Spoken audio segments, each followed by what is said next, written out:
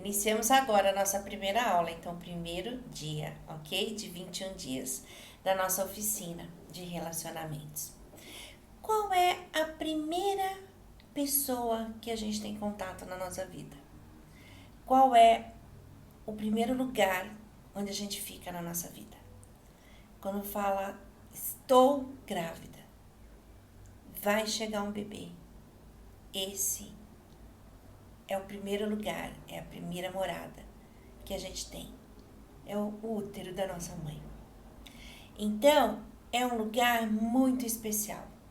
Existe uma coisa que chama simbiose, que é a conexão, e toda a natureza tem, é a fusão de um ser em favor da vida do outro.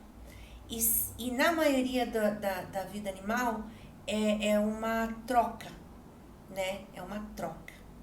Embora a gente não saiba qual é a troca que a gente faz com a nossa mãe, talvez a empatia, o se tornar mulher, essa seria a troca, em troca da nossa vida, a vida completa.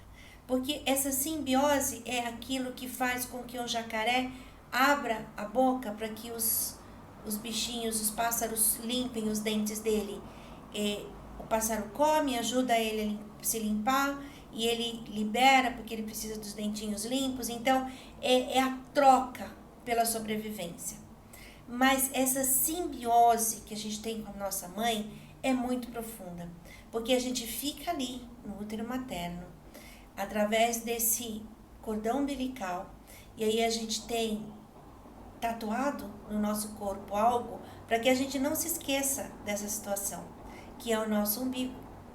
O nosso umbigo é a materialização para lembrar a gente, a tatuagem, mas bem feita, para nos lembrar de onde nós viemos, quem nos alimentou, quem nos sustentou e qual foi a nossa primeira relação. Só que é uma relação muito desafiadora, porque essa mulher é uma mulher, é um ser humano. Ela chegou antes aqui, ela já tem uma história aqui e a gente não sabe qual é a história que ela está passando no momento onde nós estamos chegando. Existem muitas diferenças e a gente percebe, e eu vou falar uma coisa, você vai perceber, no filho que é programado e naquele filho que vem quando a gente é solteira, quando a gente não tem ainda estrutura, quando ele não é programado e esperado. É muito diferente o estado emocional de um e do outro, em termos de tranquilidade, em termos de estresse, de agressividade, é muito diferente. E isso a gente precisa lidar com uma coisa. Dizem que quando nasce uma mãe, nasce uma culpa, né? É a culpa que a mãe tem. É muito forte. Só que essa mãe, ela não sabia fazer diferente. É uma mulher. Então, o movimento de olhar para essa história, e aí tudo que é sistêmico, tem pessoas aqui que já vão saber disso, primeiro tem que olhar para a mãe. Se dissesse pai ou mãe, mãe. A mãe depois direciona ao pai. Mas não é que vocês não vão tomar o pai, sim. Mas a mãe é a nutrição. Sem a mãe não haveria sobrevivência. E quando a gente não lida com essa mãe, com empatia, é a única coisa que precisa. Não precisa amar, não precisa estar junto, mas precisa concordar que veio ao mundo através dessa mulher e que ela fez o que ela podia. E aí, enquanto a gente não faz esse movimento, a vida não nos sorri. Não tem relacionamento bom. Você pode dizer, não é. Uma hora a máscara cai. E aí você vai ter que olhar para essa mulher, se você quiser ter a sua vida. Porque é como se o universo fizesse assim. Ela te deu a vida e se você não agradece por isso, a vida também não faz nada por você. Então, olhar para essa mulher, para essa simbiose que houve, que ela se dedicou ali, o corpo dela passou a produzir hormônios e a se transformar para poder te gerar. é muito grande, né? Não dá para dizer que não é muito grande, é muito grande. E aí tem outras coisas, né? Quando essa mulher se dá conta de que está grávida, muitas vezes o filho, ela não queria. Ela estava estudando, ela estava fazendo faculdade. O pai não assumiu. Ela não tinha onde morar. Colocaram ela para fora. E tudo isso o bebê sente como uma rejeição. E aí, quando a gente sai da mãe, quando a gente sai do útero materno, a gente também fica muito perdido. Nós ficamos muito perdidos. E aí a gente vem para um vazio existencial, que a gente vai procurar o tempo todo preencher, que é esse rompimento com a nossa mãe. Então, estar com essa relação em ordem já é 90% de chance de ter sucesso, tanto nos relacionamentos quanto na vida profissional. Porque como a mãe nutre, quem nos nutre? De onde vem o dinheiro para que a gente possa se alimentar? Se não, do nosso trabalho. Então, nutrição, trabalho, mãe, relacionamento, tá tudo ligado. Não dá para separar.